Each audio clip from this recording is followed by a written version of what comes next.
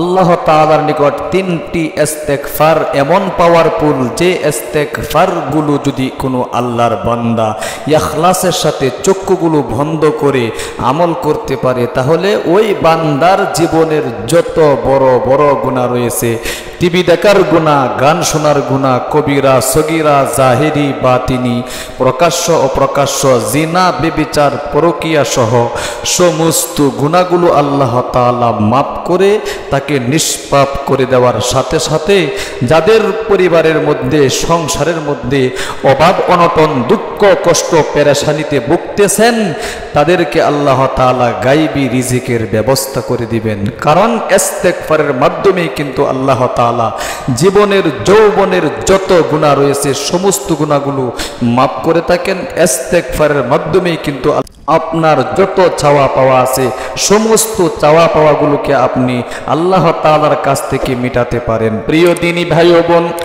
আজকে আপনাদেরকে তিনটি ইস্তেগফার শব্দে শব্দে আমল করাইয়া দিব।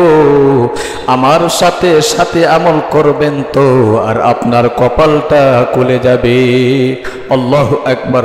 অনেক পাওয়ারফুল কিন্তু এই ইস্তেগফারগুলো। নবী করিম সাল্লাল্লাহু আলাইহি ওয়াসাল্লাম তিনি আমাদেরকে এই ইস্তেগফারগুলো শিক্ষা দিয়ে গিয়েছেন। নবীজি কিন্তু প্রতিদিন কমপক্ষে 70 বার পর্যন্ত ইস্তেগফার পড়তেন। কারণ হাদিস শরীফের মধ্যে এসেছে নবী করিম সাল্লাল্লাহু আলাইহি ওয়াসাল্লাম দৈনিক 70 বার তওবা করতেন আল্লাহ তাআলার নিকট। অথচ নবী করিম সাল্লাল্লাহু আলাইহি ওয়াসাল্লামের কোনো গুনাহ ছিল না।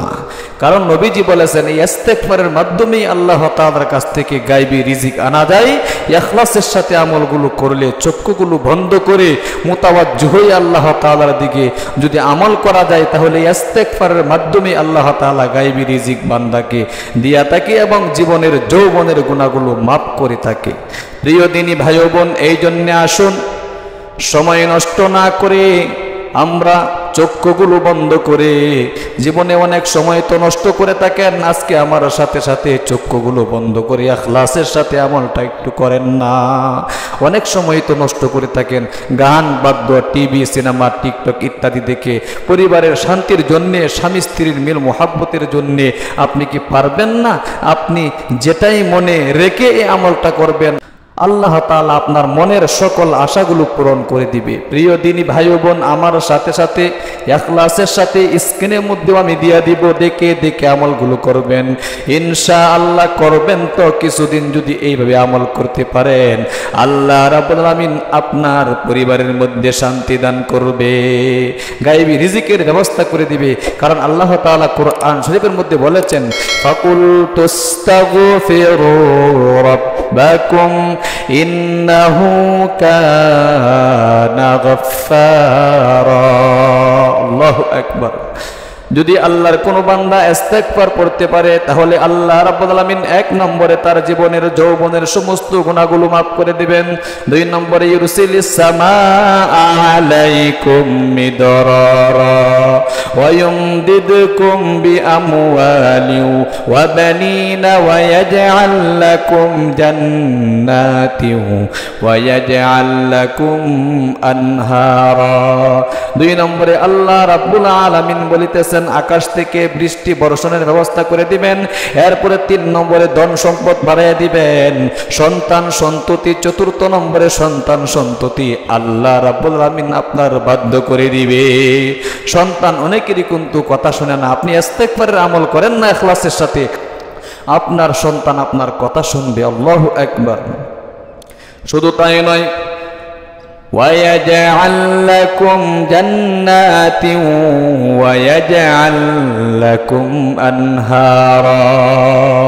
আল্লাহ তাআলা আপনার বাগ বাগিচাগুলো সতেজ করে দিবেন, নদ নদী আপনার জন্য জারি করে দিবেন। আল্লাহু আকবার। তাহলে আসুন চক্ষুগুলো বন্ধ করে শব্দে শব্দে আমি আপনাদেরকে আমল করাইয়া দিতেছি ইনশাআল্লাহ। আমার সাথে সাথে আমলগুলো করবেন। হ্যাঁ প্রিয় দিনী মহিলা মা ও বোনেরা, ভাই বেরাদররা, অনেকেই তো বলে থাকেন, হুজুর আমাদেরকে কিছু আমল যদি দিতেন, আমাদের পরিবারের মধ্যে শান্তি নাই, স্বামী স্ত্রীর মধ্যে মিল নাই, মোহাব্বত নাই, অভাব আর অনটন, দুঃখ কষ্ট পেরেশানি পরিবারের মধ্যে লেগেই যাচ্ছে, কমছে না। সুতরাং এই সমস্ত অভাব-অনটন, দুঃখ, কষ্ট, পেরেশানি একমাত্র ইস্তেগফারের মাধ্যমেই কিন্তু আল্লাহ তাআলার কাছ থেকে আপনি পূরণ করতে পারবেন, আল্লাহ তাআলার কাছ থেকে আপনি মিটাতে পারবেন একমাত্র ইস্তেগফারের মাধ্যমে। তাহলে আসুন আমার সাথে সাথে নবী করিম সাল্লাল্লাহু আলাইহি ওয়াসাল্লামের শ্রেষ্ঠ একটি ইস্তেগফার, ছোট্ট একটি ইস্তেগফার, এই ইস্তেগফারটা পড়ার আগে একবার দুরূদ শরীফের আমলটা আমরা করে নেই। আমার সাথে সাথে দেখে দেখে স্ক্রিনের মধ্যে বলবেন। তাহলে আসুন নামাজের মধ্যে যে দুরূদ শরীফটা পাঠ করা হয় ওই দুরূদ শরীফটা একবার আমার সাথে সাথে পাঠ করুন। আল্লাহুম্মা সাল্লি আলা মুহাম্মাদিন ওয়া আলা আলি মুহাম্মাদ কামা সাল্লাইতা আলা ইব্রাহিম ওয়া আলা আলি ইব্রাহিম ইন্নাকা হামিদুম মাজিদ। খুব ইখলাসের সাথে, খুলুসিয়াতের সাথে কিন্তু আমলগুলো করতে হবে। মনে মনে বলবেন, আল্লাহ জীবনে অনেক অন্যায় করেছি, পাপ করেছি, আমার জীবনের পাপ এবং অন্যায়গুলো আমাকে মাফ করে নিষ্পাপ করে দাও এবং আমার পরিবারের মধ্যে গায়েবী রিজিকের ব্যবস্থা করে দাও, মনের মধ্যে রেখে তারপরে আপনাকে আমলগুলো করতে হবে। তাহলে আসুন পাওয়ারফুল ছোট্ট ইস্তেগফারটি 3 বার আমার সাথে সাথে স্ক্রিনের মধ্যে দেখে দেখে পাঠ করুন। রব্বিগফিরলি, বলেন রব্বিগফিরলি ওয়া তুব আলাইয়া ইন্নাকা আনতাত তাওয়াবুর রহিম। রব্বিগফিরলি ওয়া তুব আলাইয়া ইন্নাকা আনতাত التواب الرحيم رب اغفر لي وتب علي إنك أنت التواب الرحيم الله أكبر। এরপরে আসুন নবীজির জীবনের যৌবনের শেষ মুহূর্তে যখন তিনি অন্ধকার কবরে চলে যাবেন, আল্লাহ তাআলার ডাকে সাড়া দিবেন, এর কিছুদিন আগে যে একটি ইস্তেগফার পড়তেন ওই ইস্তেগফারটা আমার সাথে সাথে 3 বার পাঠ করুন। খুব ইখলাসের সাথে চক্ষুগুলো বন্ধ করে পাঠ করতে হবে। সুবহানাল্লাহি ওয়া বিহামদিহি সুবহানাল্লাহিল আযীম ওয়া বিহামদিহি আস্তাগফিরুল্লাহ ওয়া আতুবু ইলাইহি। আবার পাঠ করুন, সুবহানাল্লাহি ওয়া বিহামদিহি সুবহানাল্লাহিল আযীম ওয়া বিহামদিহি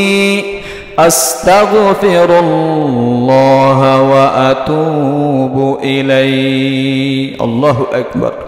আবার পাঠ করুন, সুবহানাল্লাহি ওয়া বিহামদিহি সুবহানাল্লাহিল আযীম ওয়া বিহামদিহি আস্তাগফিরুল্লাহ ওয়া আতুবু ইলাইহি।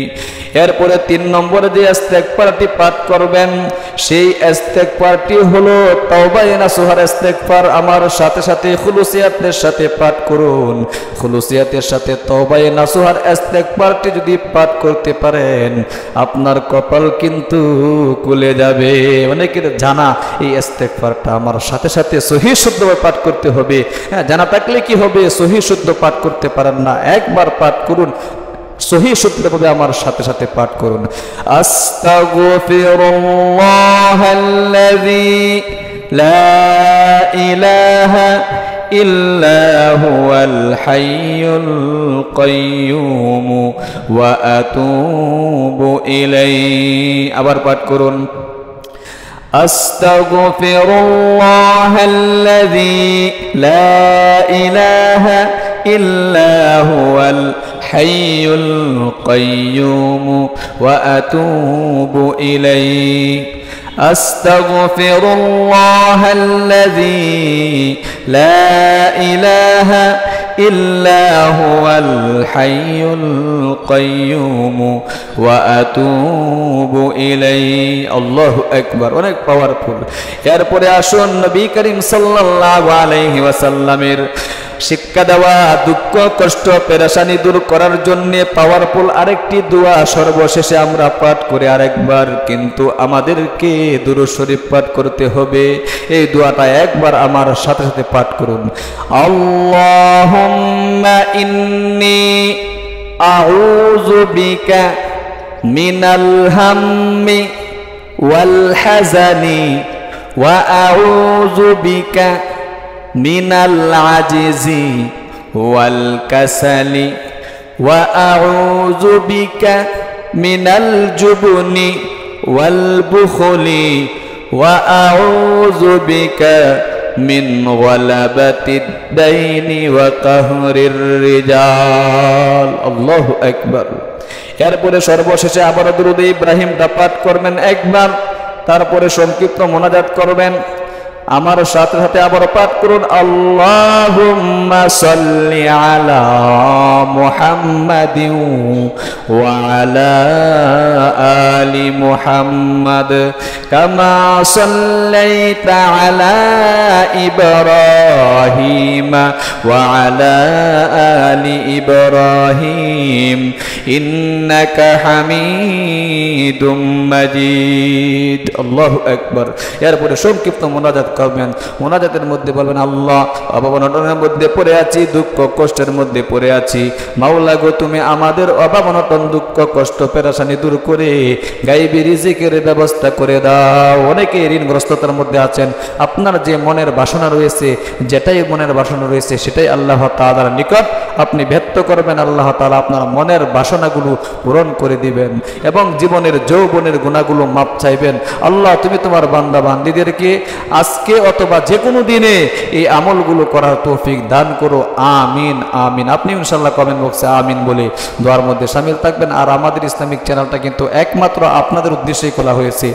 অবশ্যই চ্যানেলটাকে সাবস্ক্রাইব করে পাশে থাকা বেল আইকনটি অন করে দিবেন, লাইক কমেন্ট শেয়ার করে অন্যকেও শেখার সুযোগ করে দিবেন। ভালো থাকবেন, সুস্থ থাকবেন। দেখা হবে পরবর্তী ভিডিওতে। আসসালামু আলাইকুম ওয়া রাহমাতুল্লাহি ওয়া বারাকাতুহু।